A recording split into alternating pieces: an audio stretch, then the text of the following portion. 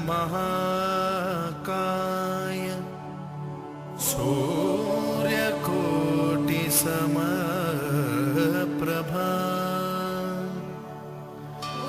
निर्विघ्नं कुरु मे देव सर्वकार्येषु सर्वदा।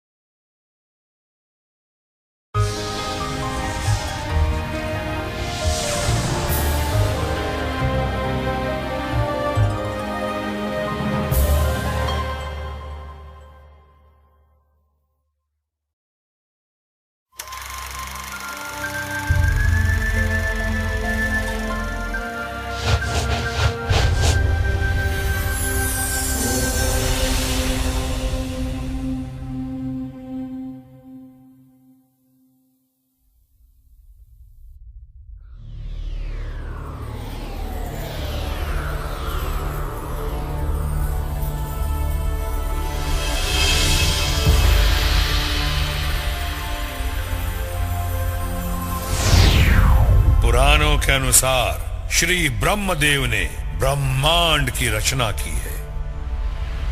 स्वर्ग लोक देवताओं का निवास स्थान है, जहां इंद्रदेव राज करते हैं। पृथ्वी लोक जहां हम और आप जैसे मानव रहते हैं, और पाताल लोक जहां असुरों का निवास है। इस ब्रह्मांड का निर्माण करना जितना कठिन है, उससे भी ज्यादा कठिन है उसकी सुरक्षा। सुरक्षा, लालच, ईर्ष्या और द्वेष जैसी आसुरिक प्रवृत्तियों से। तो फिर निर्माण के बाद इस समस्त जगत को पालता कौन है, चलाता कौन है? कौन है इस सांसारिक रथ का सारथी? कौन है?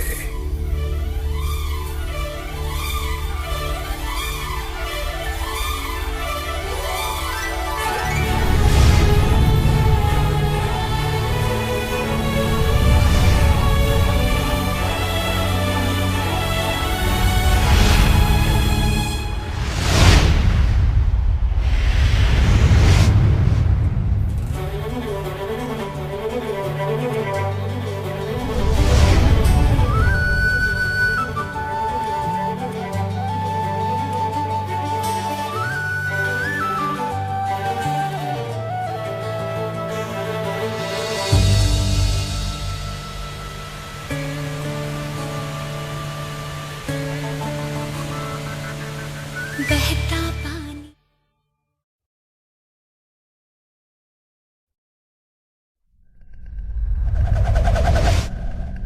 बच्चे भाग गए। भाग गए कैसे? अबे गप्पे, तू क्या घास खा रहा था? जाओ पकड़ के लाओ। बचाओ! बचाओ! बचाओ!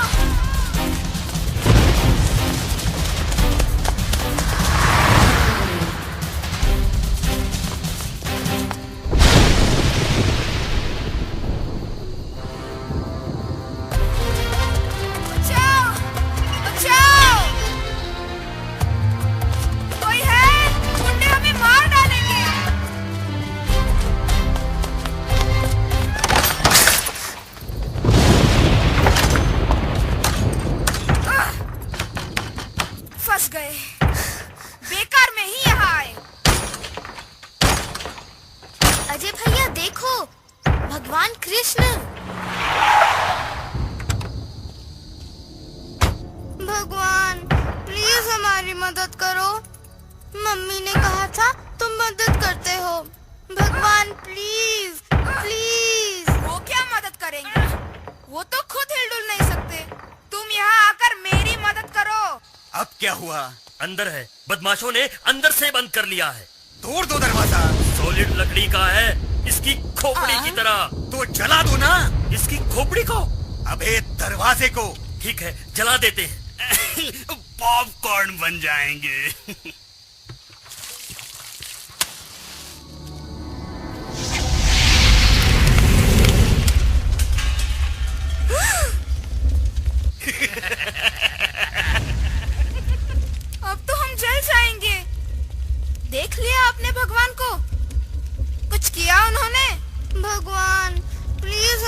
मदद करो प्लीज प्लीज।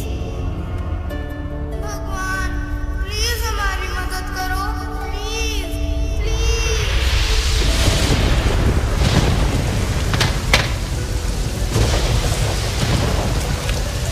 बच गए, आग बुझ जाएगी पानी से।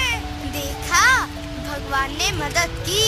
पानी तो बरस नहीं था, कल शाम से बादल गरज रहे थे।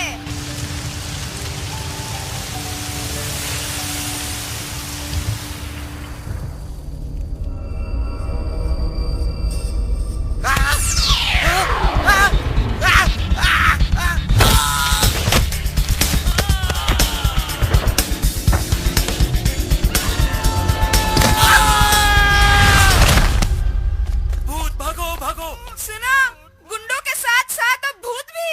बाप रे।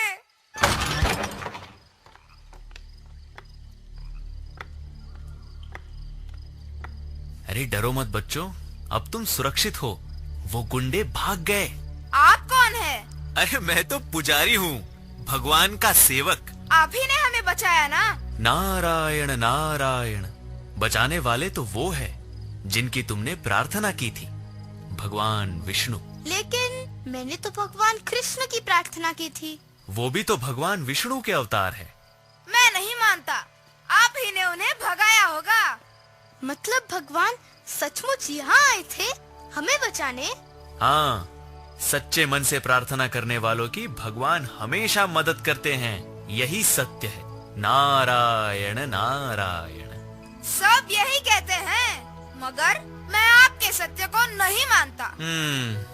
लगता है सनातन सत्य से इनका परिचय कराना ही होगा। सनातन सत्य? ये क्या होता है? अरे बताता हूँ, पहले मेरे साथ ये मंत्र तो बोलो। इह संसारे खलु दुस्तारे, इह संसारे खलु दुस्तारे, खलु खलु दुस्तारे, कृपया पारे पाहि मुरारे। कृपया पारे पाहि मुरारे।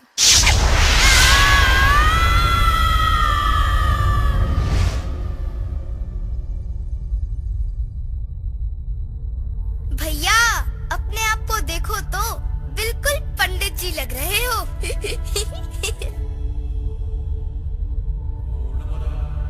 लेकिन हम है कहाँ? इतना भी नहीं जानते, हम आसमान में हैं। ये कैसे मंत्र है?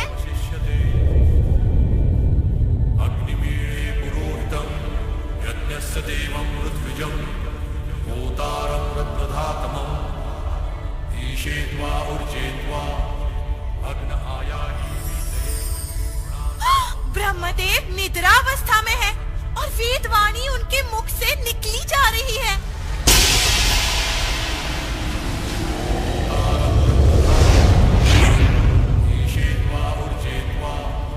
यदि मैं इनको आत्मसात कर लूं, तो मैं भी इनकी तरह अमर हो जाऊंगा।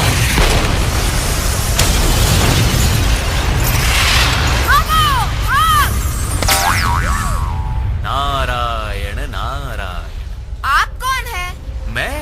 आपका चेहरा पहचाना सा लग रहा है। मैं देवर्षि नारद। बाप रे, वही जो लोगों के बीच में झगड़ा करवाते हैं। ये क्या हो रहा है? देवताओं में भी झगड़ा लगा दिया क्या? नारायण नारायण। इस बार मैंने कुछ नहीं किया, ये तो प्रलय शुरू हो गई है। प्रलय क्या होती है? माने इस जगत का अंत। अंत? हे भगवान, एक बार फिर से हमारी मदद कीजिए प्लीज। आप इस प्रलय को रोक नहीं सकते? नारायण नारायण। डरो मत बच्चों, तुम सुरक्षित हो। ये कैसा अनर्थ हो रहा है मुनिवर? ब्रह्मदेव निद्रावस्था में है और वेदवाणी उनके मुख से निकली जा रही है और वो राक्षस हाइग्रीव वेदों को आत्मसात कर रहा है। यदि ऐसा हो गया तो हाइग्रीव अमर हो जाएगा और मानवता वेदों से वंचित रह जाएगी। यह असंभव है। विधि के विधान को कौन बदल सकता है? मनु को छोड़कर सभी का अंत निश्चित है। अमर मानवता को अगले युग में ले जाने का दायित्व जो है,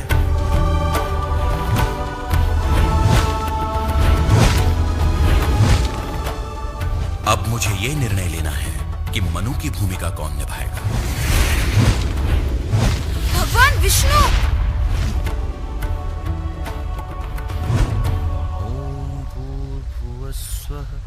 ऋषि सत्यवत मेरा परम भक्त है, वो दयालु है, विवेकशील है। मनु के दायित्व के लिए मैंने उसका चयन किया है।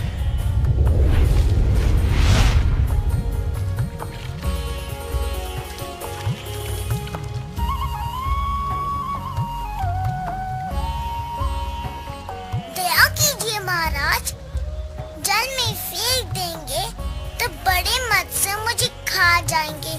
दया कीजिए। डरो मत, अब तुम मेरी शरण में हो।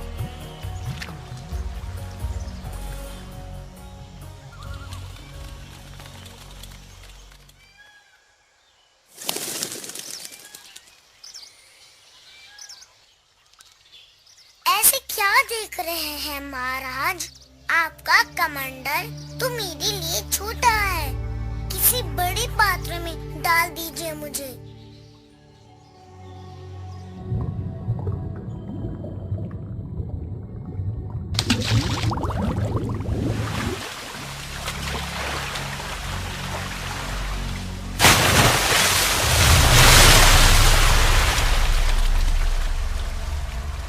तुम साधारण मत्स्य नहीं हो सकते। विश्वास ही नहीं होता कि प्रहर भर में ही तुम्हारा नन्हा सा रूप ऐसे विशालकाय रूप में परिवर्तित हो जाएगा। कौन हो तुम?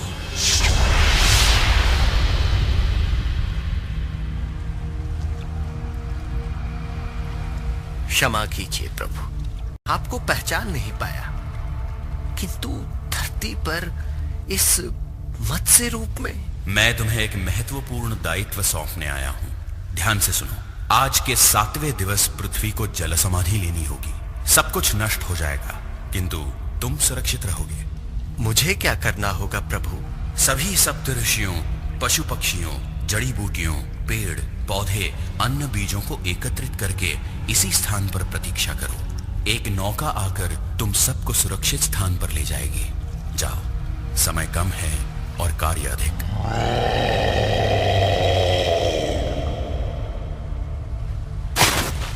आयुष्मान भव।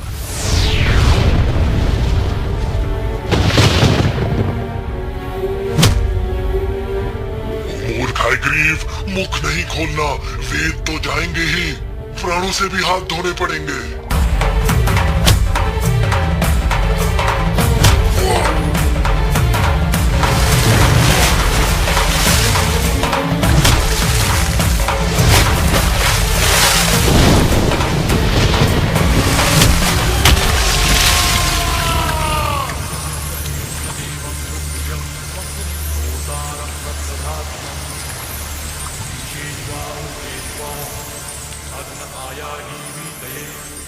वेद मेरे पास सुरक्षित हैं, आने वाले युगों के मार्गदर्शन के लिए।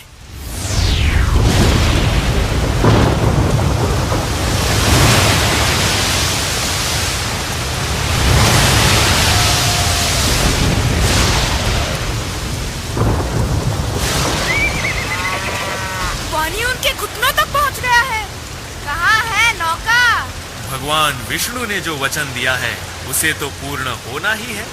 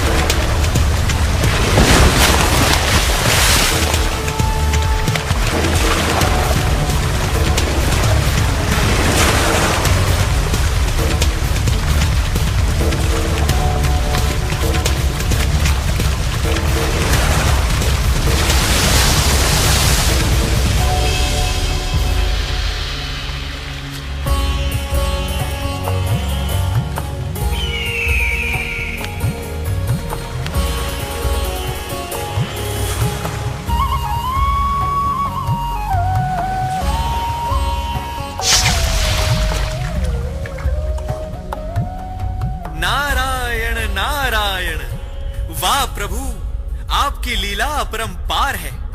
आपने न केवल वेदों की रक्षा की, वरन नए युग के स्वर्णीय भविष्य का प्रवेश द्वार भी खोल दिया।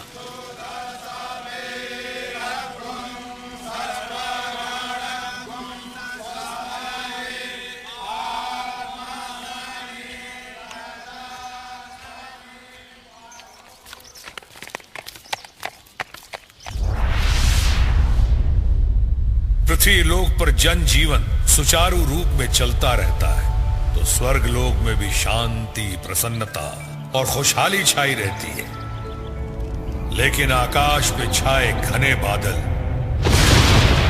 किस ओर संकेत कर रहे हैं?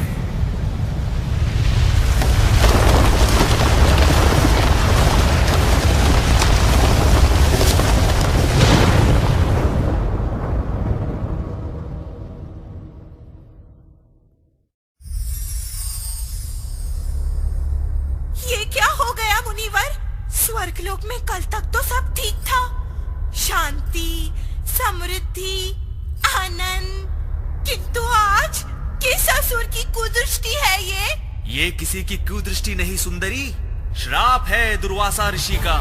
किंतु ऐसा क्यों किया उन्होंने? हुआ ये कि ऋषिवर ने बड़े स्नेह से इंद्रदेव को एक पुष्पमाला भेंट की। वो ठहरे इंद्रदेव अहंकार वश वो पुष्पमाला उन्होंने ऐरावत को दे दी। ऐरावत भी कुछ कम नहीं, उसने वो पुष्पमाला पांव तले रौंद डाली। अब यदि इंद्र देवों के देव हैं, तो ऋषि दुर्वासा का क्रोध भी तीनों लोकों में विख्यात है। मैं आपको और आपके अन्य देवताओं को श्राप देता हूँ कि आपकी समृद्धि नष्ट हो जाएगी। बस दे डाला श्राप, हो गया सब कुछ नष्ट। नहीं नहीं, ये तो अनर्थ हो गया। मुनिवर, शीघ्र ही कुछ उपाय कीजिए ना। सुंदरी, तुम मेरे पीछे क्यों पड़ी हो? जो भी करना है भगवान विष्णु करेंगे, मैं क्या कर सकता हूँ? दुर्वासा ऋषि का श्राप तो मैं भी नहीं फेर सकता। तब क्या यही हमारी नियति होगी? पराजित, दुर्बल, अशक्त? क्या मैं ऐसा होने दूंगा? नहीं, आप लोगों को सागर मंथन करना होगा। इसके परिणाम स्वरूप जो भी योग्य निधियां प्राप्त होंगी, उनसे ही स्वर्ग लोक की खोई हुई मर्यादा का उद्धार होगा। सागर मंथन से अमृतपान करने के उपरांत आप फिर से शक्तिशाली, संपन्न और सम्माननीय हो जाओगे। किंतु इस अभियान के लिए आपको असुरों की सहायता लेनी होगी। असुर? असुर से सहायता? मैं देवों का देव इंद्र शत्रु से सहायता मांगू? अपने अहंकार नामक पशु को वश में न रख पाने का दंड है ये। फिर भी मैं आप लोगों की सहायता करूंगा। हमें क्या करना होगा प्रभु? असुरों को इस बात का लालच देना होगा कि अमृतपान में वो आपके साथ सहभागी होंगे। वो मान जाएंगे, किंतु ध्यान रहे, अमृतपान से पहले किसी भी स्थिति में आप उनसे युद्ध नहीं करेंगे। जाइए, सागर मंथन के लिए मंद्र पर्वत को मथनी और सर्पराज वासुकी को रस्सी के रूप में उपयोग कीजिए।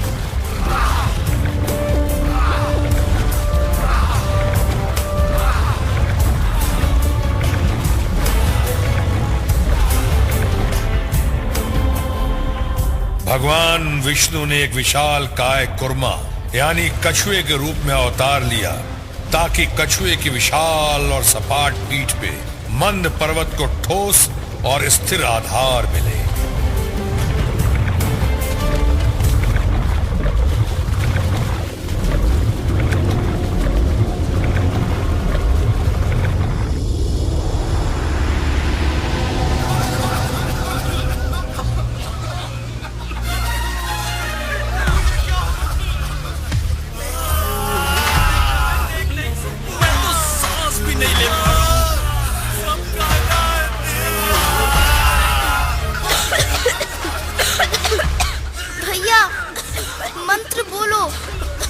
संसारे खलु दुस्तारे कृपया पारे पाही मुरारे।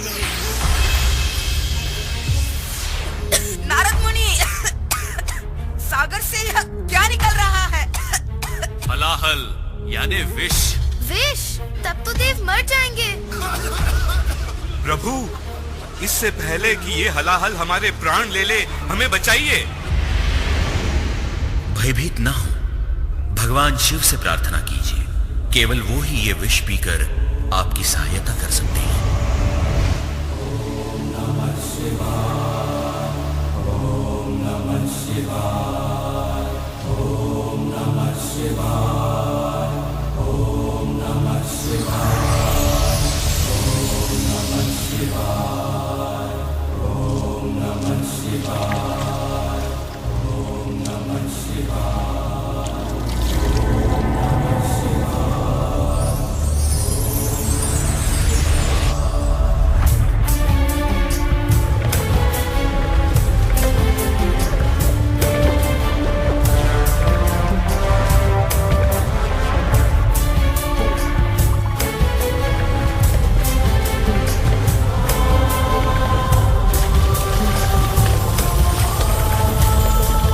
माता लक्ष्मी, स्वर्ग लोक में आकर फिर से निवास कीजिए।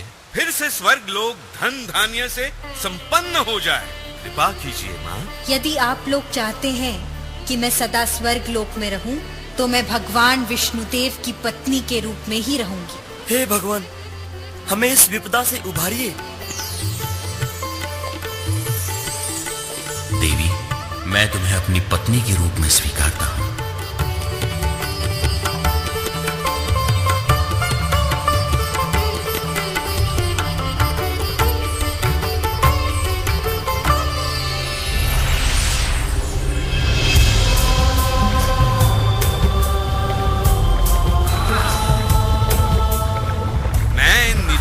स्वर्ग लोक के लिए रख लेता हूँ।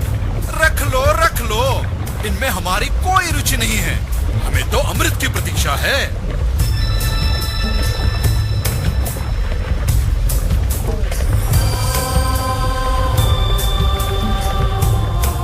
छीन लो इसे, देवताओं के हाथों में न जाने पाए। अमृत हमारा है। मैं पीऊंगा। अमृत मैं पीऊंगा। अमृत भी है। नहीं, मैं पीऊंगा। नहीं, अमृत मैं पीऊंगा। अमृत को असुरों से बचाओ, इस पर हमारा अधिकार है, अन्यथा हम अमृत पान से वंचित रह जाएंगे। भूल गए भगवान विष्णु के आदेश को? नहीं, मैं पीऊंगा। नहीं, अमृत मैं पीऊंगा।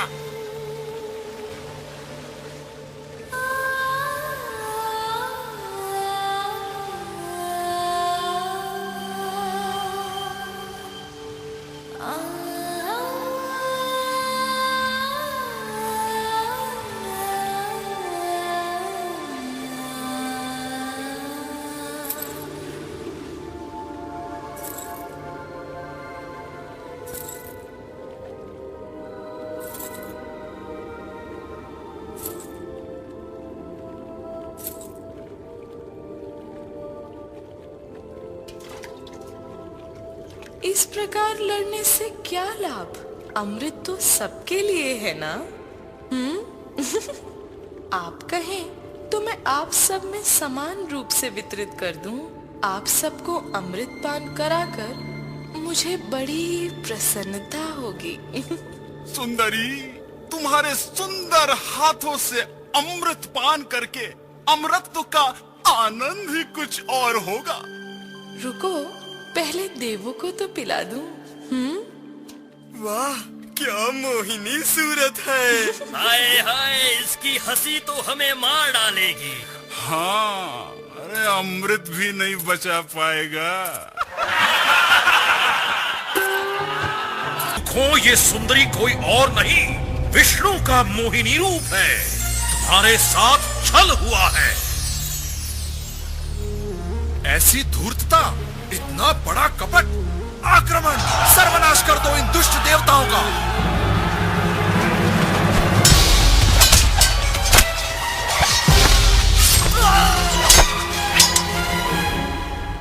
छोड़ दीजिए नारद मुनि, जाने दीजिए मुझे, मैं भी असुरों से लड़ूंगा। बालक, तुम यहीं से खेल देखो, मारे जाओगे। क्यों? क्योंकि तुमने अमृत पान नहीं किया। देखा कितनी बुद्धिमान है तुम्हारी बहन। नारायण नारायण।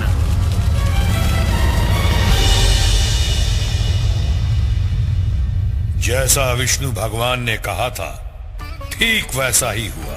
सागर मंथन से मिले अमृत और निधियों को पाकर देवगण फिर से शक्तिशाली हो गए। और स्वर्गलोक में खुशहाली फिर से लौट आई।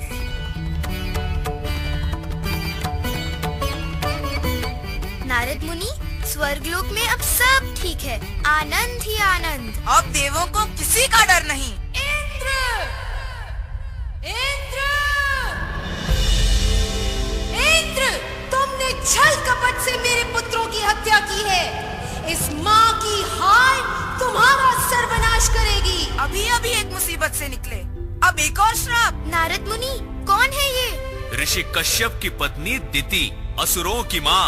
अरे, ऋषि के पुत्र असुर? विडंबना तो देखो, देवों के पिता भी ऋषि कश्यप ही है।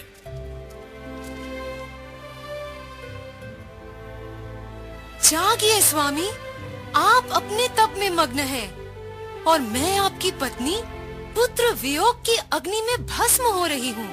आप मेरी भी तो सुध लीजिए।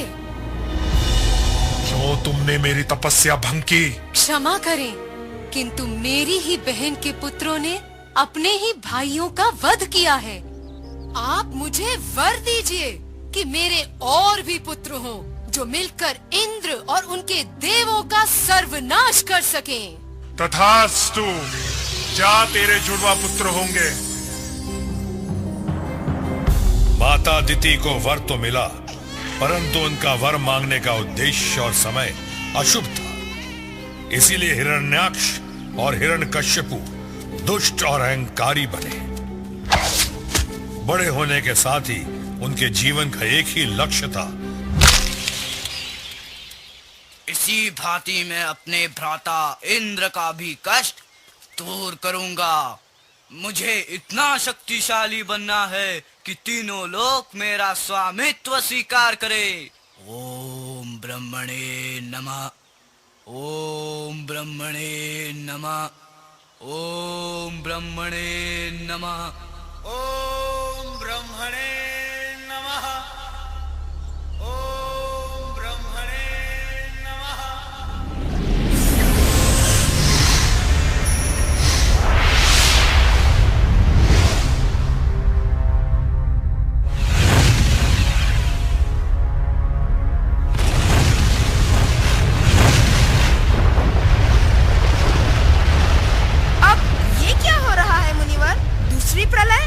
नहीं, हिरण्याक्ष की इतने वर्षों की घोर तपस्या के कारण इंद्रदेव का सिंहासन डोलने लगा है।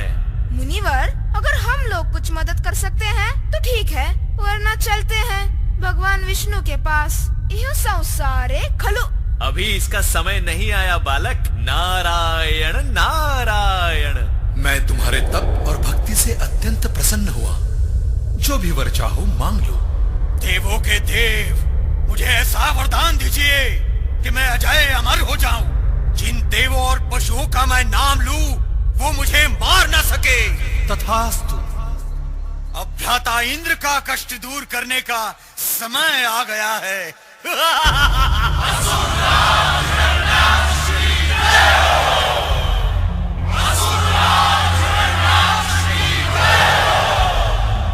इंद्र को परास्त कर अजय अमर हूं मैं। तीनों लोगों का स्वामी बन चुका हूं मैं। नहीं, नहीं। भूमि देवी, अब तू मेरी दासी है। बचाओ, नहीं, बचाओ। भगवंत, हिरण्याक्ष ने भूमि देवी को सागर तल में कहीं बंदी बनाकर रखा है। हमें भगवान विष्णु से प्रार्थना करनी चाहिए। केवल वो ही भूमि देवी को मुक्त करा सकते हैं। विष्णुदेव, हमारी प्रार्थना स्वीकार कीजिए।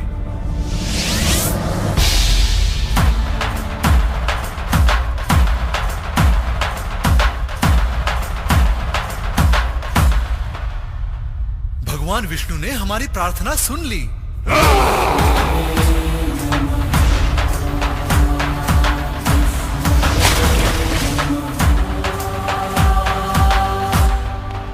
कोई जो मेरा सामना करने का दुस्साहस कर सके?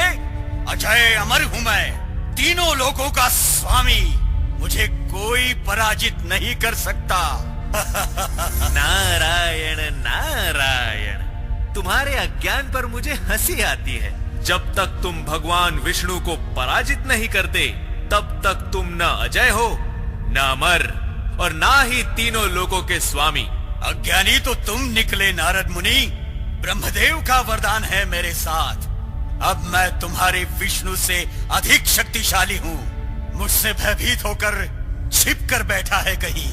अरे नादान, वो छिपकर नहीं बैठे, वराहावतार के रूप में सागर तल में भूमि देवी को खोज रहे हैं। जाओ, उन्हें ललकारो जाकर और अपने अहंकार को चूर चूर होते हुए देखो। जाओ। मेरा अहंकार चूर चूर होता है या तुम्हारे विष्णु का अस्तित्व, ये तुम देखना। बाप रे, क्या हंसी है।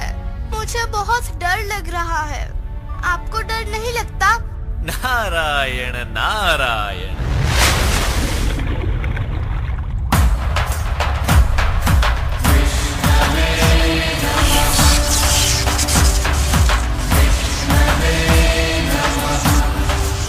अरे बहरूपिये विष्णु, रुक, युद्ध कर मुझसे। बचकर कहां जाएगा? रुक।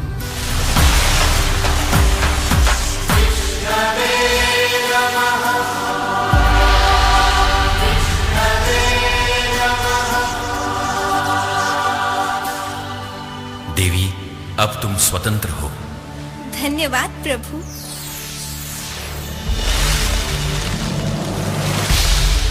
आजा दुष्ट राक्षस, अब मैं तेरा वध करके तीनों लोगों को तेरी काली छाया से मुक्त करूंगा।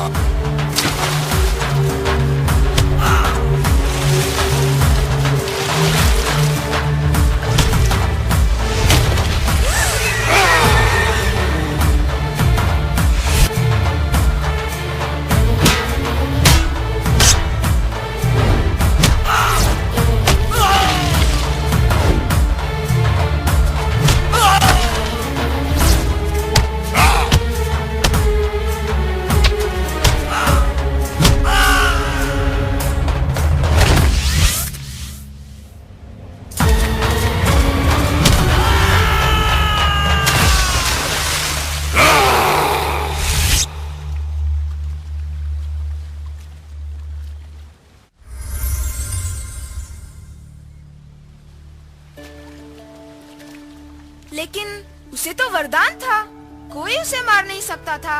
यही तो प्रभु की लीला है। वर मांगते समय हिरण्याक्ष एक पशु का नाम लेना भूल गया था। कौन था वो? वराह। हाँ। नारायण नारायण। जो भी होगा अच्छा होगा। जाइए इंद्रदेव, अपने सिंहासन को शोभित कीजिए। भगवान विष्णु की जय हो।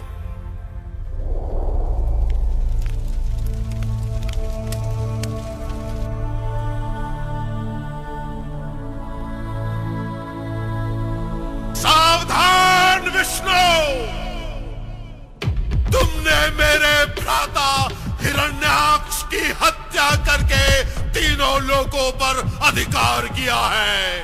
मैं हिरण्यकश्यपु अपने भ्राता की हत्या का प्रतिशोध लूंगा। किंतु विचार करो, विष्णुदेव अत्यंत शक्तिशाली हैं। उन्हें पराजित करना संभव नहीं। तुम्हारा भ्राता भी तो वर प्राप्त अजय योद्धा था। क्या हुआ? किंतु मैंने तो विष्णु के सर्वनाश का प्रण लिया है। तो तुम भी ब्रह्मदेव की आराधना करो, उन्हें प्रसन्न करो और वर पाओ। मैं ऐसी घोर तपस्या करूंगा कि देवों के सिंहासन डोलने लगेंगे। वर प्राप्ति के बाद अजय अमर होकर मैं तीनों लोकों का स्वामी बनूंगा।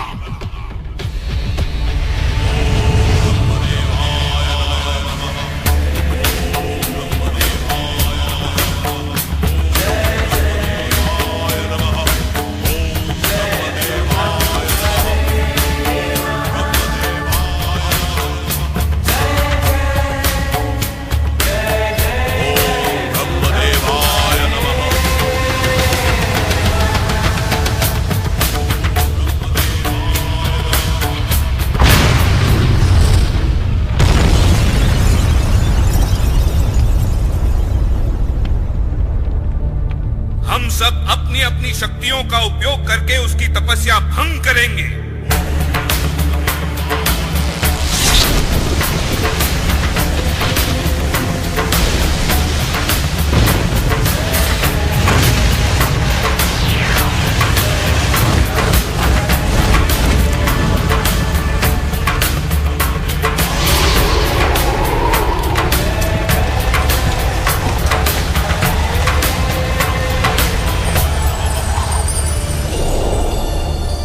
हिरण्यकशिपु, मैं तुम्हारी तप साधना से प्रसन्न हुआ।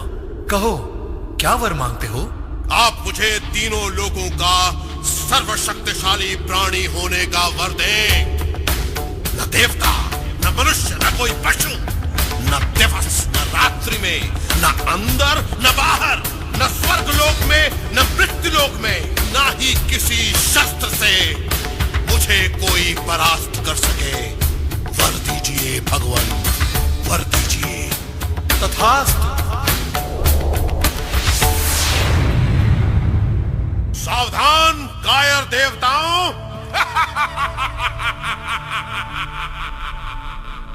अब मैं वर प्राप्त अजय अमर अपराजय योद्धा हूं। मुझे अपना स्वामी स्वीकार करो, अन्यथा तुम सबको मेरे क्रोध की बलि चढ़ना होगा।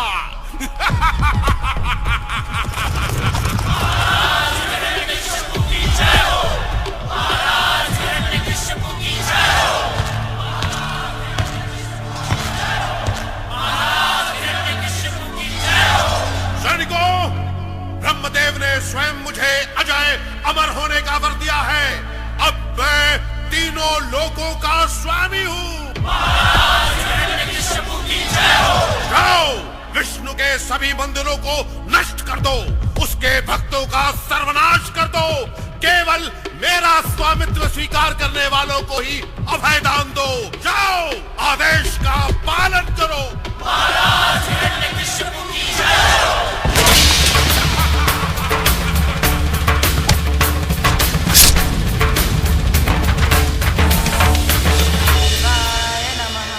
विष्णु भक्ति की एक आवाज फिर भी सुनाई दी। वो आवाज थी भक्त प्रहलाद की। मुनिवर सुन रहे हैं? ये छोटा सा बच्चा उस राक्षस को चुनौती दे रहा है। विष्णु देव की पूजा कर रहा है। उसे राक्षस का डर नहीं। ये बालक विष्णु देव का परम भक्त है और विडंबना देखो कि वो इसी राक्षस का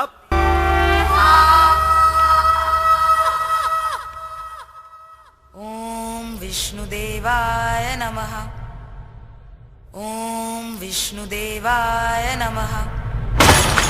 विष्णुदेवाय नमः। धिक्कार है तुम पर, बंद करिए विश्वाणी। क्षमा करे पिताश्री, भगवान विष्णु की भक्ति को नकार दो? असंभव। छोटा मुंह बड़ी बात, आपके लिए भी यही उचित होगा। आप उनसे क्षमा मांगकर उन्हें अपना स्वामी स्वीकार ले। कायर विष्णु, मेरा स्वामी, ये कहने का दुस्साहस कैसे किया तूने? तू मेरा पुत्र है। विष्णु भक्ति का कलंक धोकर क्षमा मांग ले तो प्राणदान अब भी संभव है। पिताश्री, आप जैसा उचित समझे करे। भगवान विष्णु मेरी रक्षा अवश्य करेंगे, क्योंकि वे हमेशा मेरे साथ हैं। कहाँ है तेरा विष्णु? कहाँ नहीं है, हर कहीं है वो। तब तो इसमें भी होगा।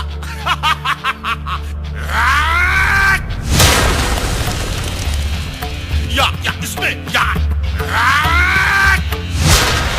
फिर इसमें। कहाँ है तेरा विष्णु? अरे वो तो यहाँ भी नहीं है, वो यहाँ नहीं है। वो तो मेरे भय के कारण स्वर्ग में कहीं छिपकर बैठा है।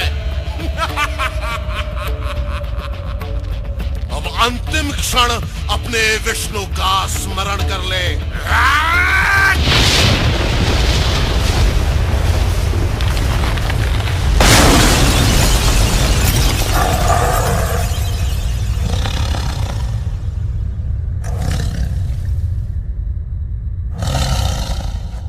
अहंकारी राक्षस, तू अपने ही बुने हुए शब्दजाल की भेंट चढ़ गया है। स्मरण कर वरदान के शब्दों को।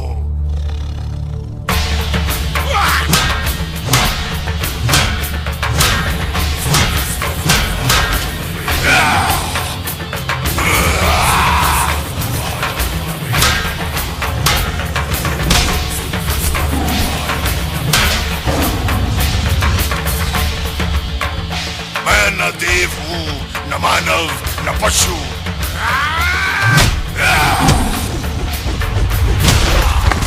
ये न दिवस है न रात्रि।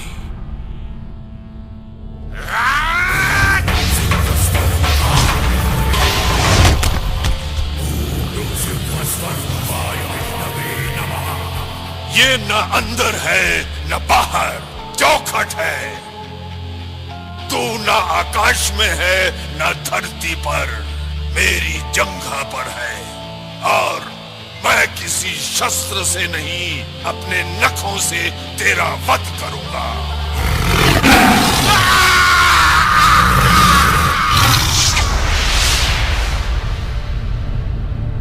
तेरी भक्ति और आस्था ने मुझे धरती पर नरसिंह अवतार के रूप में आने के लिए बाध्य कर दिया, अन्यथा इस पापी का अंत संभव नहीं था। अब यह धरती पाप मुक्त हो गई है। निर्भय होकर न्याय का पालन करते हुए शासन करो। आयुष्मान भव। युवराज प्रहलाद की जय हो। युवराज प्रहलाद की जय हो। प्रहलाद के बाद उनके पुत्र विरोचन और उसके पुत्र बलि की विष्णु भक्ति का प्रभाव धरती पर फैल गया।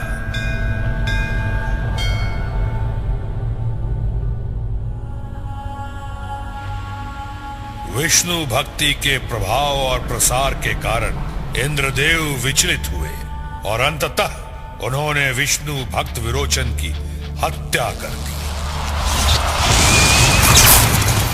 असुरों के गुरु शुक्राचार्य के आदेश पे विरोचन के पुत्र बलि ने विश्वजीत यज्ञ किया और इंद्रदेव के स्वर्गलोक पर आक्रमण करने का निर्णय लिया।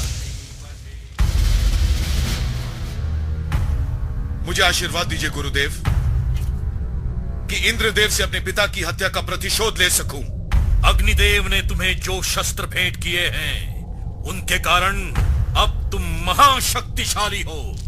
तुम्हारी विजय निश्चित है। महाराज विराज बलि की जय हो। महाराज विराज बलि की जय हो। लो, स्वर्ग पर फिर से आक्रमण हो रहा है। ये राक्षस तो देवताओं के पीछे ही पड़ गए। महाराज विराज बलि की जय हो। तीनों लोकों के स्वामी की जय हो। तीनों लोकों का स्वामी बनकर मेरी मनोकामना पूर्ण हुई। महाराज विराज बलि की जय हो। महाराज विराज बलि की जय हो।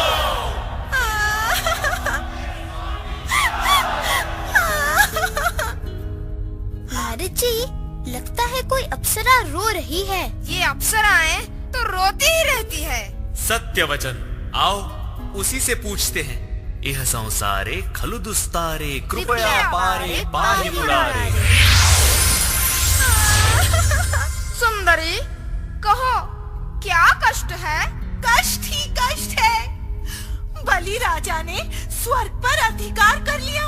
जब देवगण तक यहाँ वहाँ भागे भागे फिर रहे हैं, तो अब हम कहाँ जाएं? मुनिवर, आप ही कुछ कीजिए ना। नारायण नारायण। सुंदरी, ये नारद मुनि है, झगड़ा करवाते हैं, करते नहीं।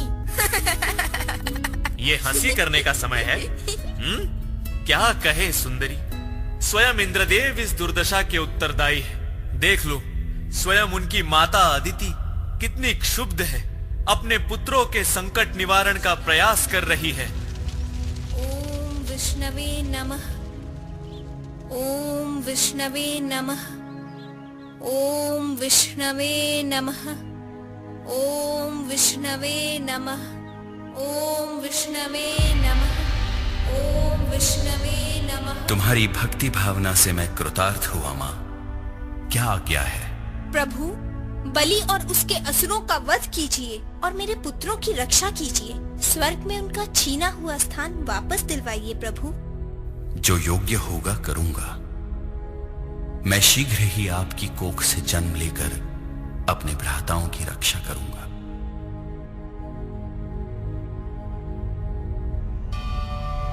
यदि आपने बलि का वध किया तो क्या ये अपने ही भक्तों पर अन्याय नहीं होगा? मैंने कब कहा मैं बलि का वध करूंगा? मैंने तो कहा जो योग्य होगा वो करूंगा। बलि असुर अवश्य है, किंतु वो दुष्ट नहीं, दयालु है, विशाल हृदय है। अपार शक्ति के दंभ में वो ढीठ हो गया है। इस बार मुझे शक्ति से नहीं, युक्ति से विजय प्राप्त करनी है।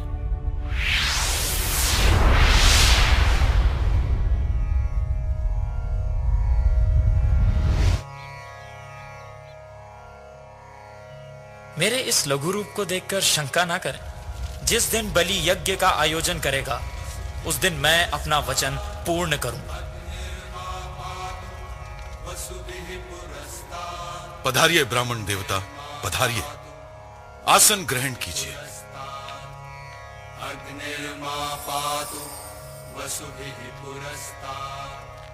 कहिए क्या सेवा करूं? दान, धान्य, स्वर्ण, रजत, हीरे मोती, संकोच न करें ब्राह्मण देव। बलिराज का वचन है, जो भी कहेंगे वो आपका। मुझे तो केवल 3 पग भर भूमि की ही आवश्यकता है। कृपया लज्जित न करें। 3 पग भर भूमि, वो भी आपके पग, क्या होगा उससे? आवश्यकता से अधिक की कामना नहीं है मुझे। जैसी आपकी इच्छा। ब्राह्मण देव, पहले मैं आपके चरण धो लूं। कहीं ये विष्णु का रूप तो नहीं? किंतु ये यहां क्या करने आया है? कोई उपाय करना होगा।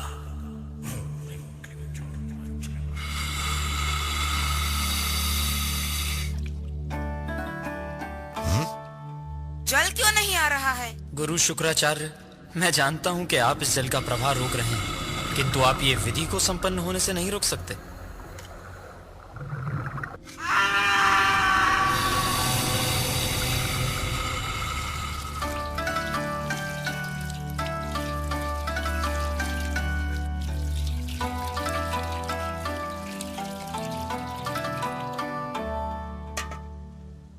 ब्राह्मण देव,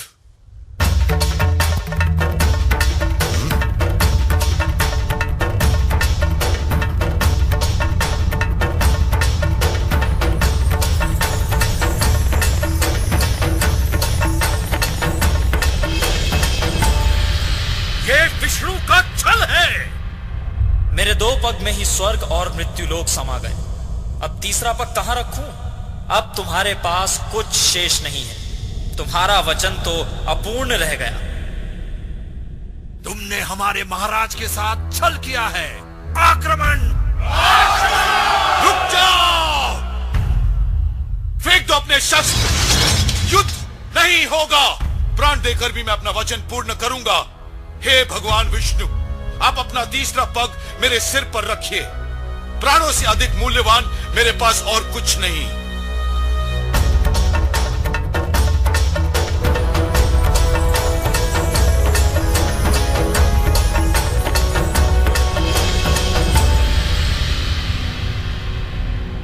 तुम्हारी वचनबद्धता और व्यवहार से मैं अत्यंत प्रभावित हुआ। असुर होकर भी तुमने सिद्ध कर दिया कि तुम देवतुल्य पूजनीय हो।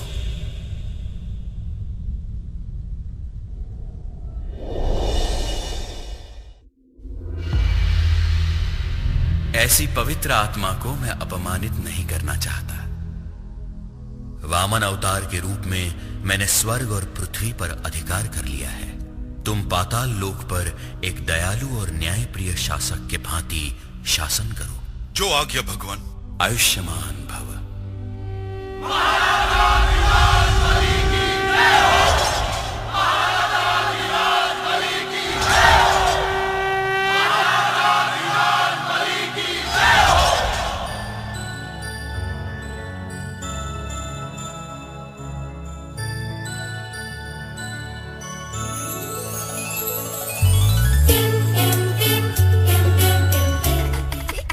समय के साथ बलि राजा पाताल लोक पे शासन करने लगे और पृथ्वी लोक का शासन क्षत्रिय राजा संभालने लगे।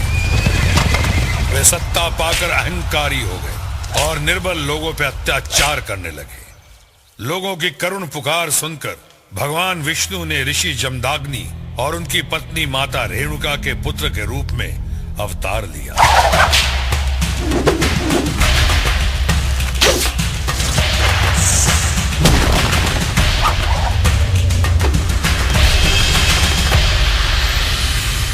आज तुम्हारी शिक्षा संपन्न हुई। ये परशु मैं तुम्हें ब्रह्मास्त्र के रूप में भेंट करता हूं। अब तुम अजय हो। अब संसार तुम्हें परशुराम के नाम से संबोधित करेगा। शिक्षा पाने के बाद परशुराम अपने माता पिता के आश्रम में लौट आए। समय यूं ही बीत रहा था कि अचानक एक दिन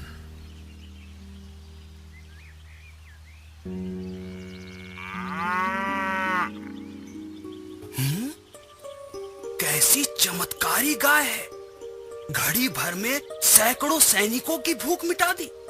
इसे तो महाराज की सेवा में होना चाहिए। सच कहते हो। इसे ब्राह्मण के आश्रम में नहीं, राजमहल में होना चाहिए।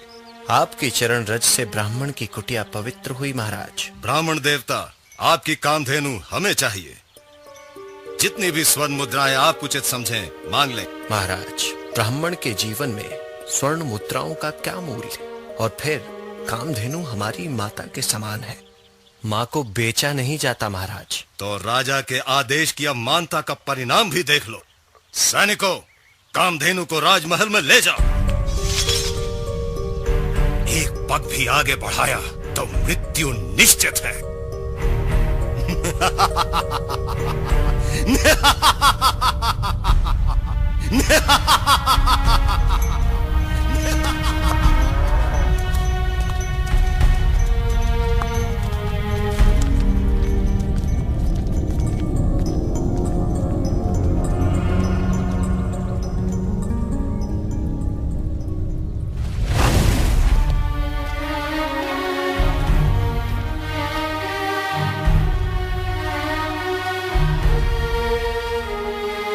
क्या हुआ पिताश्री? आप लोग इतने दुखी क्यों हैं? राजा कार्तवीर्य अर्जुन आखेट के लिए आया था। मैंने उसका स्वागत सत्कार किया, दुग्धपान कराया, लेकिन उसकी नियत में खोट आ गई। उसके आदेश पर सैनिक कामधेनु को ले गए। आपने उन्हें जाने कैसे दिया? हम क्या करते, विवश होकर देखते रहे।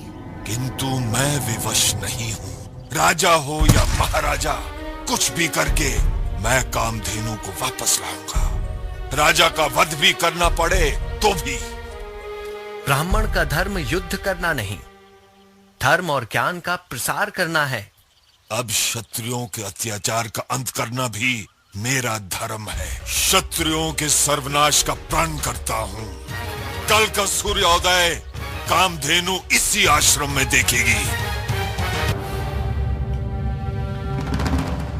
कहाँ है तुम्हारा दुष्ट राजा? उससे कहो चुपचाप कामधेनु लौटा दे। मैं उसका अपराध क्षमा कर दूंगा, अन्यथा उसे अपनी नीचता का फल भोगना ही होगा। क्या कहा? उस ब्राह्मण पुत्र ने मुझे ललकारने का दुस्साहस किया है। इस धृष्टता का दंड उसे मिलकर ही रहेगा।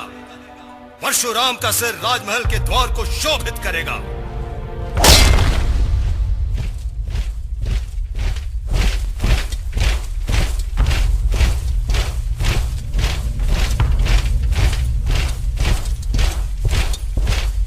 अरे रे, इन मूर्खों को परशुराम की अपार शक्ति का ज्ञान ही नहीं। उन्हें क्या पता कि परशुराम के पास भगवान शिव का भेंट किया हुआ ब्रह्मास्त्र है।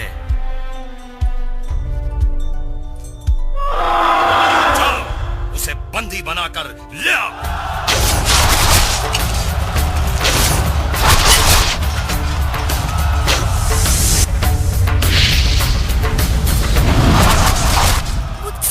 खून खराबा देखा नहीं जाता, रोकिए ना इन्हें। परशुराम को रोकूं? मैं? मरना है मुझे? नारायण नारायण। तुम्हें डर लग रहा है? तुम अपनी आंखें बंद कर लो। मुझसे इनकी चित्कार सुनी नहीं जाती। हे सुंदरी, तुम अपने कान बंद कर लो।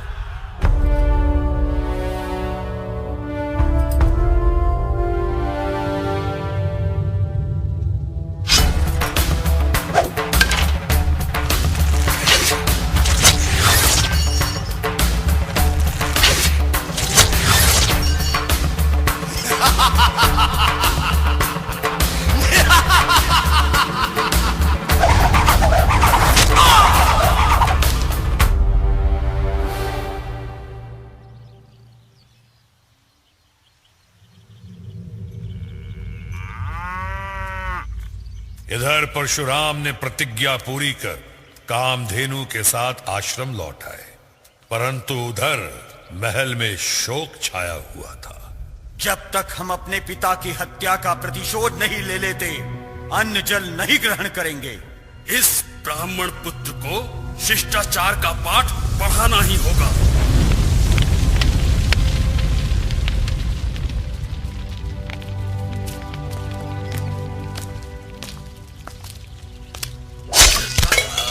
यही उचित है। प्राण के बदले प्राण, पिता के बदले पिता। नहीं! चलो।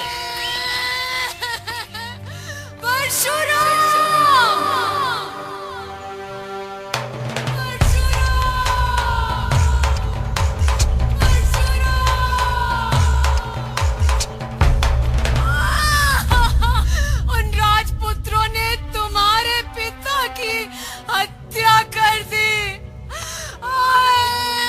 उन्होंने मेरे पिता की हत्या नहीं की, अपने सर्वनाश को निमंत्रण दिया है। माताश्री, जितनी बार तूने अपनी छाती पीटी है, उतनी बार मैं क्षत्रिय वंश का नाश करूंगा, धरती को क्षत्रिय मुक्त कर दूंगा।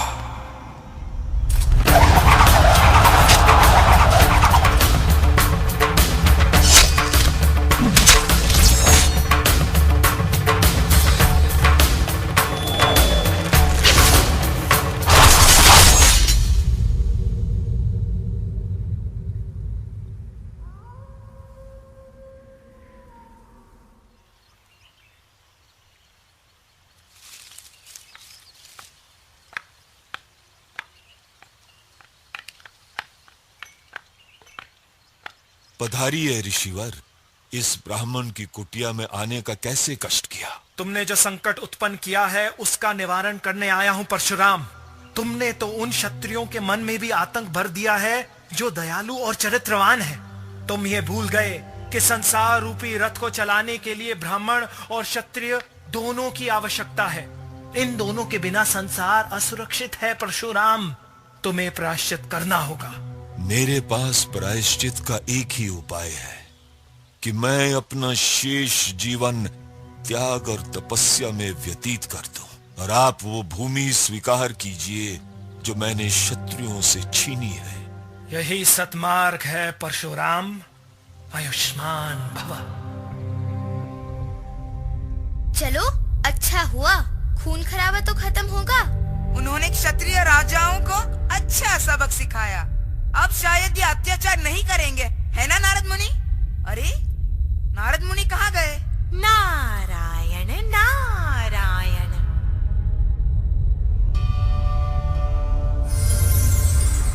पधारिए मुनिवर। नारायण नारायण।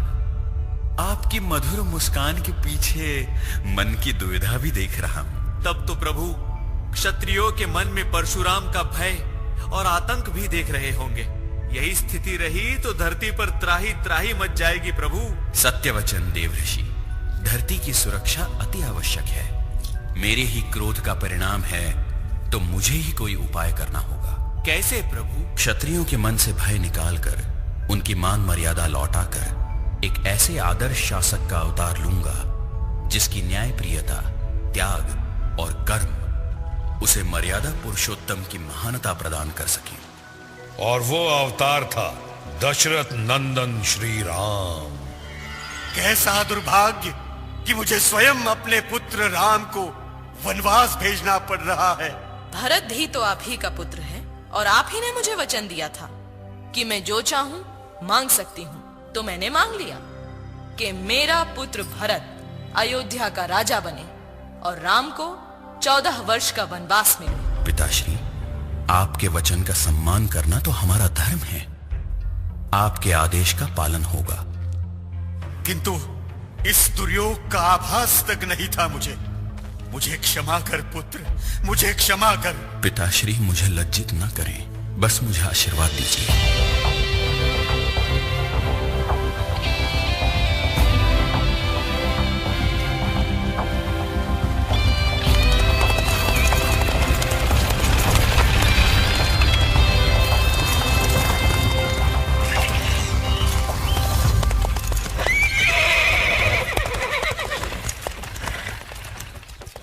भ्राता भरत, शत्रुघ्न।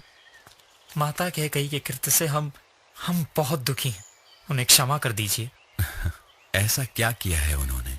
अपने पुत्र का भला कौन मां नहीं चाहेगी? किंतु पुत्र तो आप भी हैं। किंतु मैं केवल पुत्रवत हूँ। इस कारण मां कैकेयी का निर्णय न्याय संगत है। मैं आपके तर्क नहीं सुनना चाहता।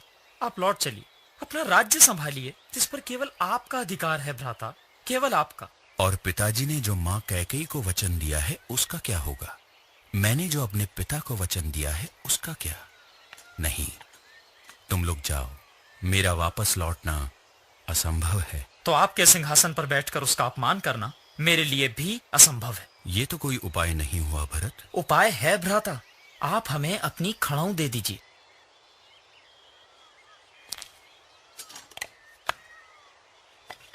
आपकी अनुपस्थिति में ये सिंहासन पर प्रतिष्ठित होकर आपका प्रतिनिधित्व करेंगी।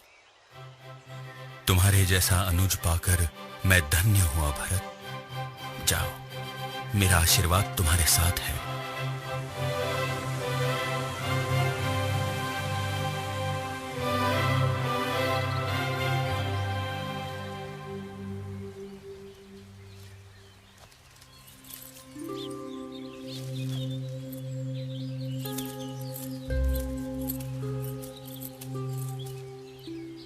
कौन हो आर्यपुत्र?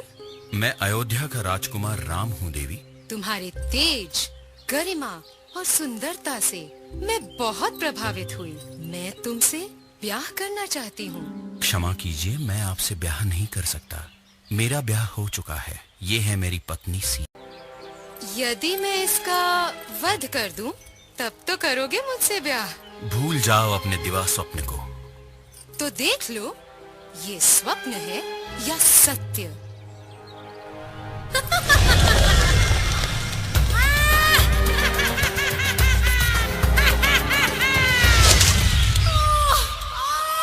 मेरी नासिका! ऐसा दुस्साहस! लंकेश की बहन शूर्पणखा हूँ मैं। तुम सबका अंत निश्चित है। सब मारे जाओगे, सब मारे जाओगे, सब मारे जाओगे। क्या कहा? आर्यपुत्र राम ने रावण की बहन का प्रणय निवेदन ठुकरा दिया और उसके भाई ने तुम्हारी नाक काट ली। ये सब उस स्त्री के कारण हुआ है भ्राता। तो मैं उस स्त्री का अपहरण करके उसे अपनी दासी बनाऊंगा और वो दोनों मेरी क्रोधाग्नि की बलि चढ़ेंगे। सावधान दशानन, राम लक्ष्मण कोई साधारण पुरुष नहीं, अपार शक्ति के स्वामी हैं। तो मैं किससे कम हूँ मामाश्री? महादेव का वरदान है मेरे साथ। आइए अपनी विद्वत्ता का परिचय देने के लिए एक खेल रचाते हैं।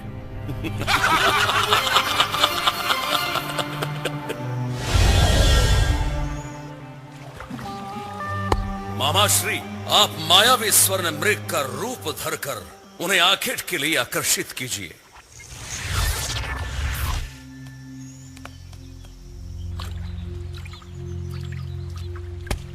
वाह, कितना सुंदर मृग है। स्वर्ण मृग पहले कभी नहीं देखा। क्या आप इसे मेरे लिए लेकर आएंगे?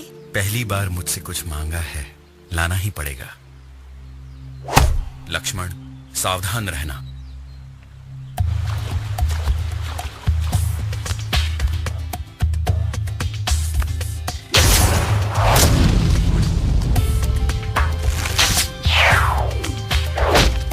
ये तो मायावी मृग है, संकट का प्रतीक है।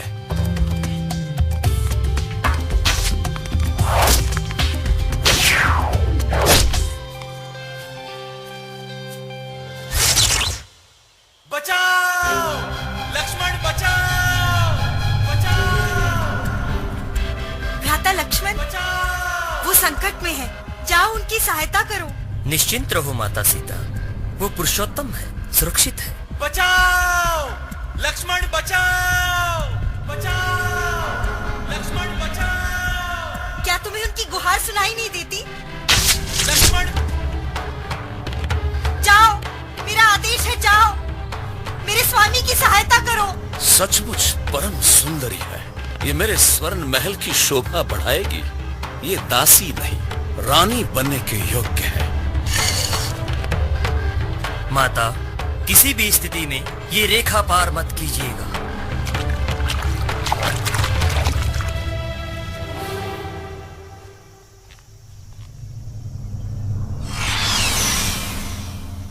भिक्षां देहि देवी, भिक्षां देहि देवी।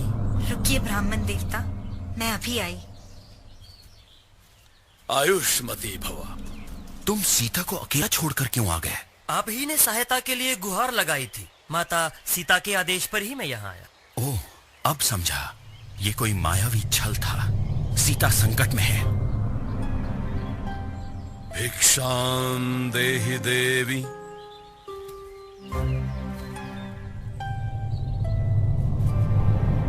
भिक्षां देहि देवी।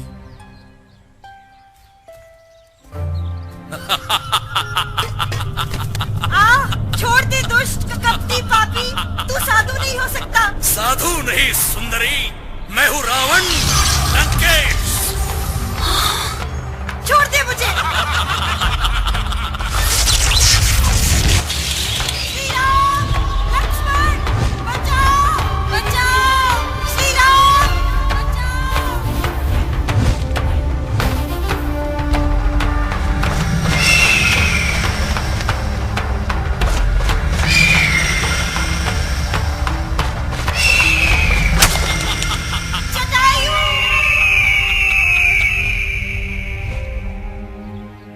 भ्राताश्री, अवश्य माता सीता संकट में है। श्री राम, लक्ष्मण, बचाओ। माँ सीता की ये अवस्था मुझसे देखी नहीं जाती। नारद मुनि, मुझे दीजिए तलवार, मैं छुड़ा कर लाऊंगा उन्हें।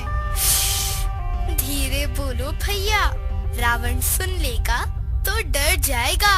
पता है बालक, जो बदमाश तुम्हें उठाकर ले गए थे, ये रावण उनसे लाखों गुना शक्तिशाली है।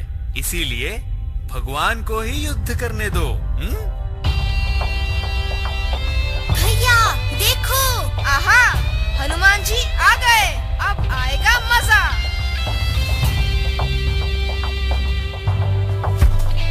प्रभु, आपके सेवक हनुमान का प्रणाम स्वीकार कीजिए।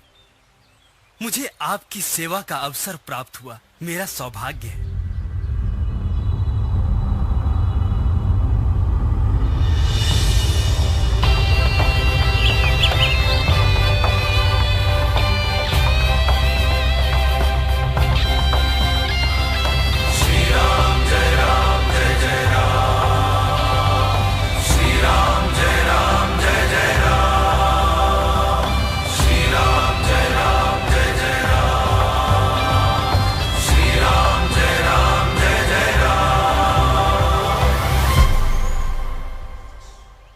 प्रभु, माता सीता की खोज में मैं धरती आकाश एक कर दूंगा।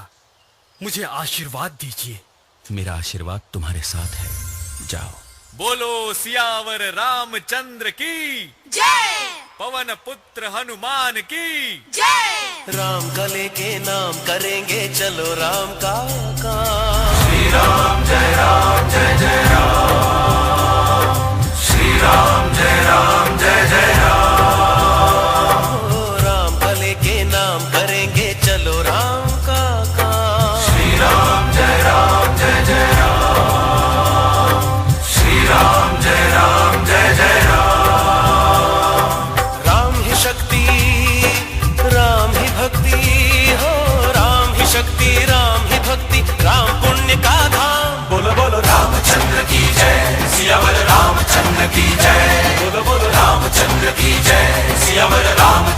की जय। श्री राम जय राम जय जय राम। श्री राम जय राम जय जय राम।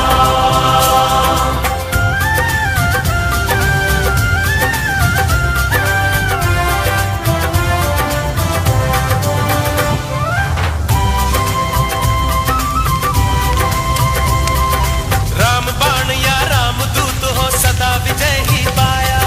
जल सागर या भव सागर हो राम ने पार कराया। राम बाण या राम दूत हो सदा विजय ही पाया। जल सागर या भव सागर हो राम ने पार कराया। जल सागर या भव सागर हो, जल सागर या भव सागर हो राम ने पार कराया। बोलो बोलो रामचंद्र की जय। सियावर रामचंद्र की जय। बोलो बोलो रामचंद्र की जय। सियावर रामचंद्र की जय। श्री राम जय राम जय जय राम। श्री राम जय राम जय जय राम। धर्म की शक्ति और मर्यादा स्वयं धर्म है राम। श्री राम जय राम जय जय राम। राम नाम पाकर तैरे हैं सागर पर पाशा। श्री राम जय राम जय जय राम। राम नाम की शक्ति से ही लंका पर उड्डाण। राम नाम की शक्ति से ही लंका पर उड्डाण। बोलो बोलो रामचंद्र की जय। सियावर रामचंद्र की जय। बोलो बोलो रामचंद्र की जय। सियावर रामचंद्र की जय।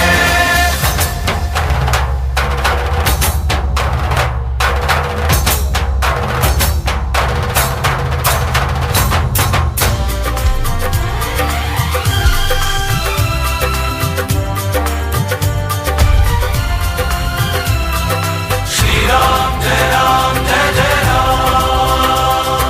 श्री राम जय राम जय जय राम। वीर बने थे वानर पाकर राम नाम साया। अगणित राक्षस वीर दशानन कोई न टिक पाया। वीर बने थे वानर पाकर राम नाम साया। अगणित राक्षस वीर दशानन कोई न टिक पाया। ओ अगणित राक्षस वीर दशानन, अगणित राक्षस वीर दशानन कोई न टिक पाया। बोलो बोलो रामचंद्र की जय। सियावर रामचंद्र की जय। बोलो बोलो रामचंद्र की जय। सियावर रामचंद्र की जय। बोलो बोलो रामचंद्र की जय। सियावर रामचंद्र की जय। बोलो बोलो रामचंद्र की जय। सियावर रामचंद्र की जय। बोलो बोलो रामचंद्र की जय।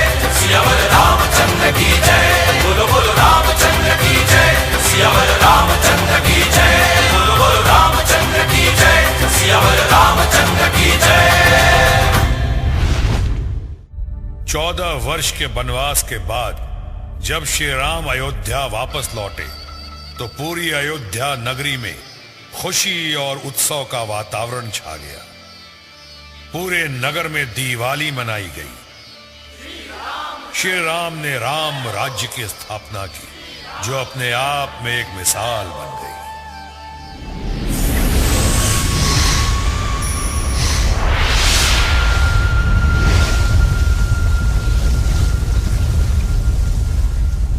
मगर जब युग बदला। ये क्या हो रहा है नारद मुनि? राजा कंस के अत्याचारों से धरती जल रही है।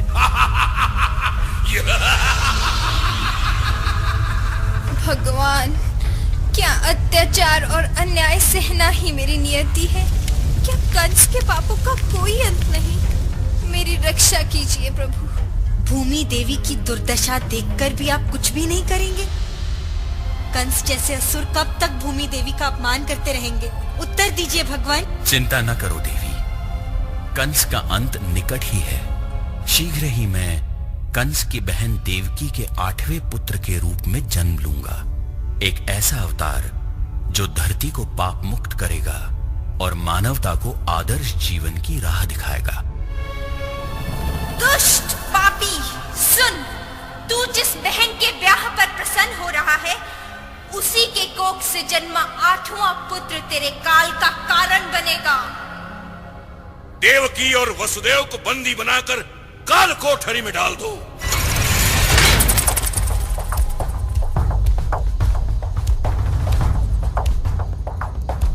इनकी संतान जन्मते ही मुझे सूचित करो।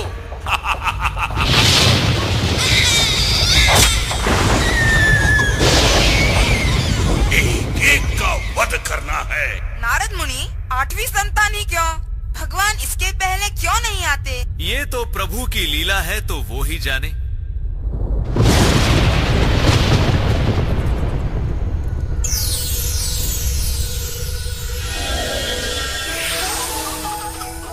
वासुदेव अपने 8वें पुत्र को गोकुल धाम ले जाकर राजा नंद की पत्नी यशोदा के आश्रय में दे दो और उनकी नवजात पुत्री को यहाँ ले आओ।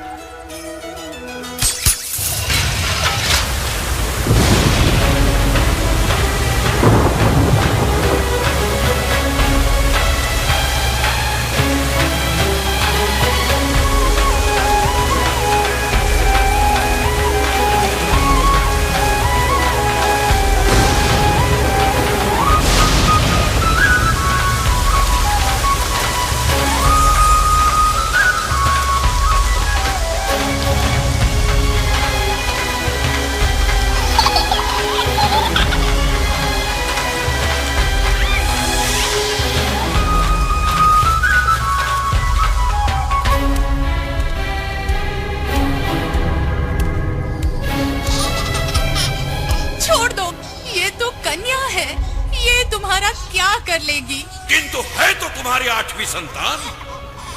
इसका वध करके मैं आकाशवाणी को मिथ्या सिद्ध कर दूंगा।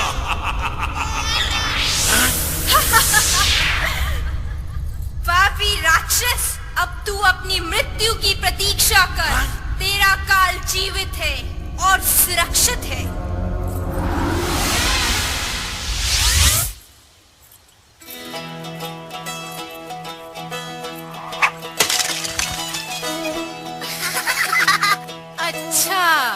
तो तुम हो? रुको तो, आप ही बताती हूँ। ये माखन कैसे खाऊं? हाँ, ये ठीक होगा। कृष्णा, जल्दी करो, मैं गिर जाऊंगा। बस बस, हो गया।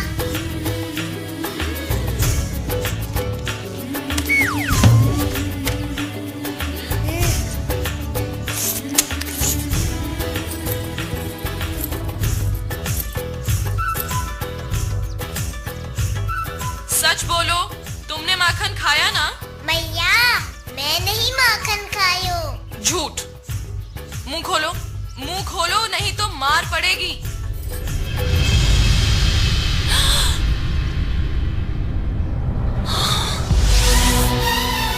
कृष्णा, देखो तो, यमुना मैया का जल पीकर मेरी गौएं मरती जा रही है। कालिया नाग के विष के कारण जब तक ये जीवित है, कोई सुरक्षित नहीं। अरे कृष्णा, कहाँ जा रहे हो?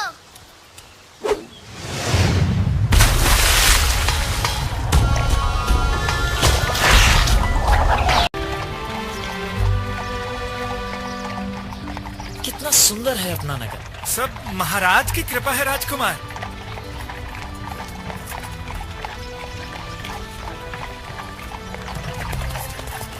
छन्ना, ये व्यक्ति कौन है? श्वेत केश, त्वचा पर झुर्रियां, और ये इतना दुर्बल क्यों है छन्ना? ये तो प्रकृति का नियम है राजकुमार। ये वृद्ध हो गए हैं। छन्ना, ये व्यक्ति कर्रा क्यों रहा है?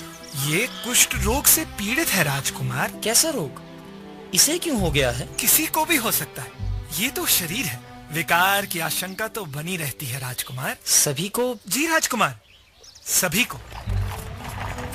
ये 4 जन क्या लेकर जा रहे हैं? उनके परिजन की मृत्यु हो गई है। ये मृत्यु क्या होती है? मृत्यु जीवन का अंत है राजकुमार। फिर क्या होता है? शव को शमशान ले जाकर जला देते हैं। क्या सभी की मृत्यु निश्चित है? जिसने जन्म लिया है उसे तो मरना ही है। क्या मुझे भी? क्षमा कीजिए राजकुमार। हाँ, आपको भी। रुको छन्ना, ये कौन है? इनके मुखमंडल पर कैसी आभा है? कितनी शांति है। कैसे? ये संत हैं, साधु हैं। इन्होंने संसार को त्याग दिया है राजकुमार।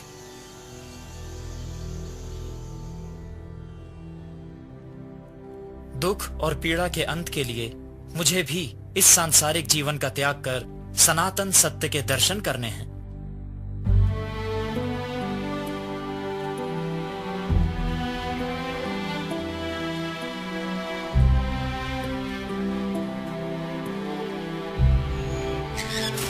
राजमहल त्यागने के बाद युवराज सिद्धार्थ वर्षों तक सत्य की तलाश में यहां वहां भटकते रहे।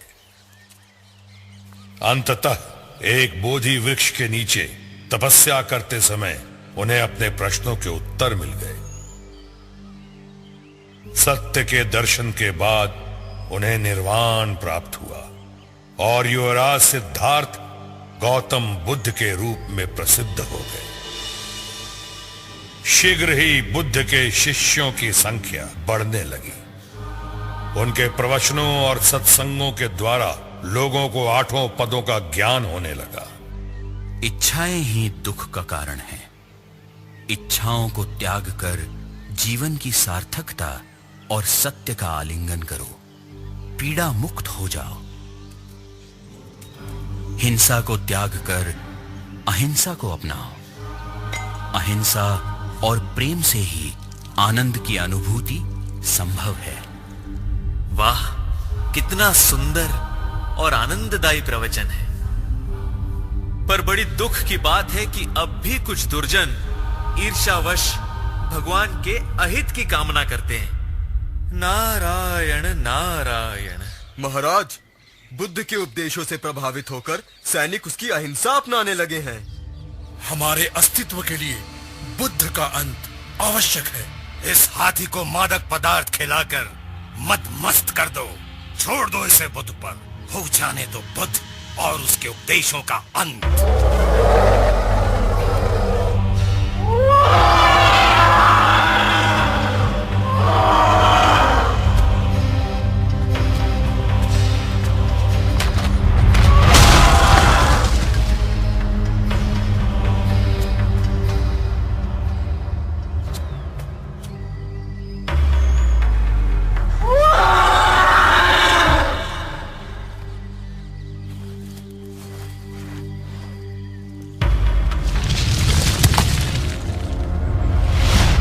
विधाता ने समस्त मानवता की रचना समानता के आधार पर की है।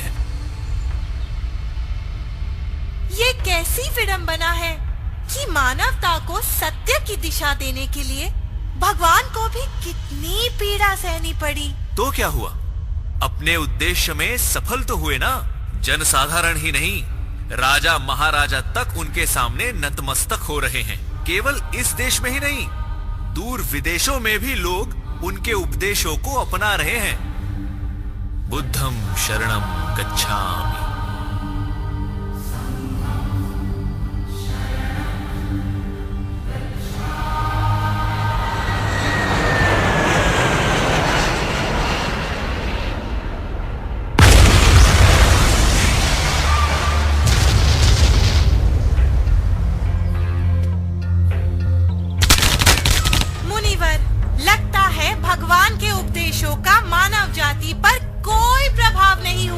कलयुग में सत्य असत्य से पराजित हो रहा है। न्याय पर अन्याय की विजय हो रही है। मुझे तो अब मानवता के उद्धार की आशा दिखाई ही नहीं देती। कैसे दिखाई देगी जब हर तरफ इतनी सारी बुराइयां और उससे भी बुरे लोग हैं। ये क्या था मुनिवर? मानव द्वारा मानव के ही विनाश का शस्त्र।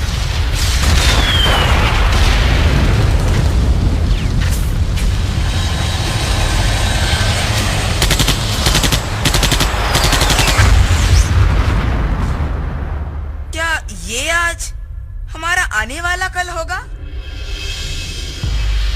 तुम्हारा आने वाला कल तुम्हारे ही हाथ में है। सदाचार की राह पर चलने वालों का हित और दुराचारियों का अंत मेरे हाथों निश्चित है। जब पाप का घड़ा भर जाएगा तब मैं कल्कि अवतार के रूप में धरती पर आऊंगा। अग्नि अश्व पर आरोहित हो सत्य और न्याय की धार से असत्य और अन्याय को काट कर फेंक दूंगा। धरती फिर पाप मुक्त हो जाएगी।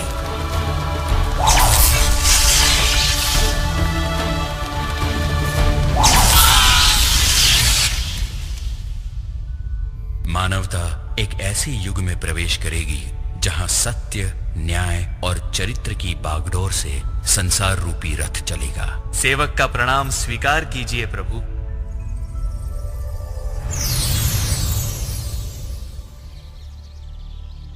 ये क्या हुआ? ये हम कहाँ आ गए? हम तो आसमान में थे। जाग गए? लगता है तुम्हारी आंखें अब पूरी तरह से खुल चुकी हैं। नारायण नारायण। नारद मुनि। कहाँ है नारद मुनि? आप ही नारद मुनि हो।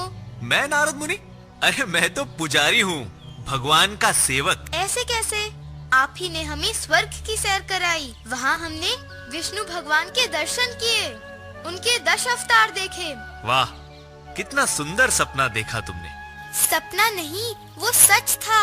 आपने एक मंत्र कहा था और हम आसमान में पहुँच गए। मैंने मंत्र पढ़ा? क्या तुम्हें याद है? हाँ। उफ, अजय भैया तुम्हें याद है ना?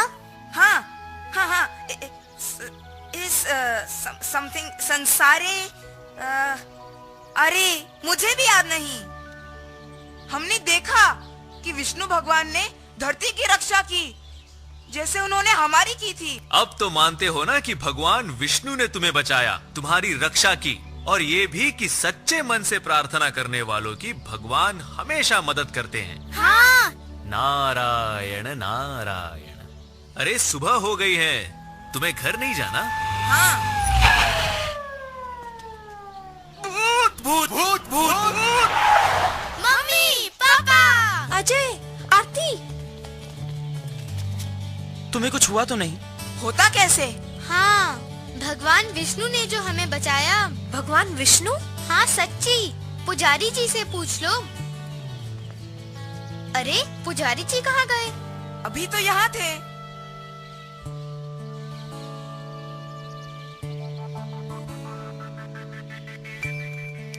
क्या यही वो गुंडे हैं जो तुम्हें उठाकर ले गए थे?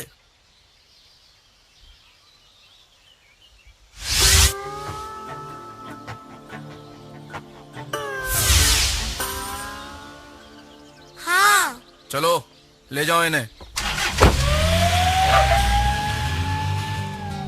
भैया, क्या ये सपना था? पता नहीं, जो भी हो सच तो देख लिया।